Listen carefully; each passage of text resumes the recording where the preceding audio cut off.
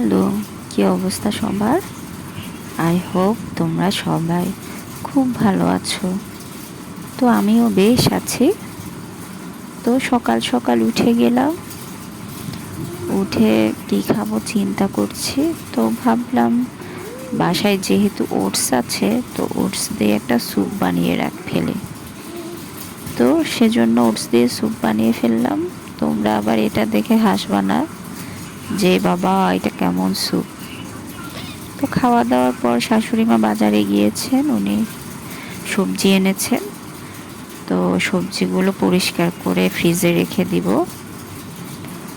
এখানে পেঁপে এনেছেন, কাঁচা কলা এনেছেন, শসা, মিষ্টি কুমড়ো। আচ্ছা, কাঁচা কলা তোমরা কে কে পছন্দ করো আমাকে কিন্তু কমেন্ট করে জানাবে।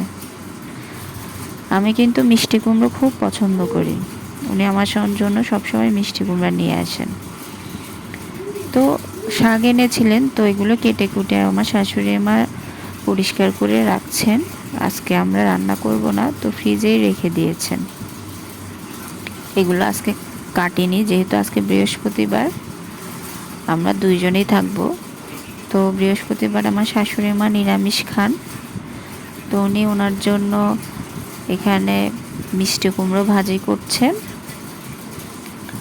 মিষ্টি কুমড়োগুলো ভালোই লাগে আসলে, একটা দিন গুরুবার নিরামিষ খেতে ভালোই লাগে, আবার প্রত্যেক দিন ভালো লাগে না।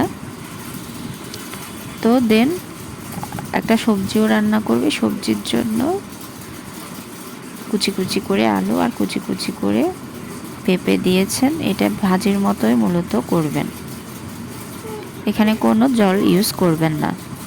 উনি রান্না করছেন, আর সাথে তো ডাল থাকতেই হবে। ডাল ছাড়া তো আসলে নিরামিষ আহার করা যায় না। তো নিরামিষের জন্য মুগ ডাল নিয়েছি। তো এগুলো আমি ভেজে ফেলেছি, ভেজে এক সাইড করে রেখেছি। মুগ ডাল ভালো করে ভাজলে একটা ভালো সেন্ট আসে, যত ভালো করে ভাজা যায় তত স্মেলটা ভালো আসে।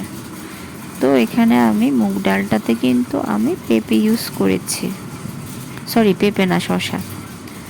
তো আমার শাশুড়ি মা নিরামিষ খান, আমি সাথে চিংড়ি খাবো, আমার নিরামিষ হবে না আর কি। আমি চিংড়ি দিয়ে ভুনা করছি,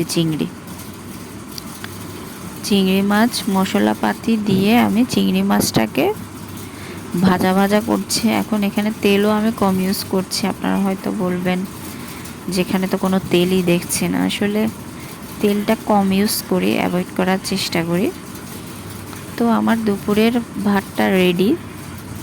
তো এখানে আমি চিংড়ি মাছ নিয়েছি, শসা, লেবু আর সবজি, ওই যে বললাম সাথে ডাল, সেই শসা দিয়ে ডাল রান্না করেছিলেন আমার শাশুড়ি মা, সেটাও নিয়েছে।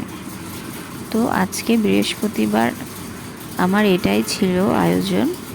তো তোমাদের কেমন লেগেছে অবশ্যই কিন্তু কমেন্ট করবা। দেখো ধোয়া উঠো, একেবারে চিংড়ি ভুনো, খেতে কিন্তু দারুণ হয়েছে। আচ্ছা তোমরা বলো তো, কে কে শসার লেবু ইউজ করো? শসা লেবু থাকলে খাবারের একটা আলাদা অন্য মাত্রা আসে, আলাদা একটা ডাইমেনশন আছে, মানে এটা টেস্ট দ্বিগুণ বেড়ে যায়। তো সবাইকে ধন্যবাদ।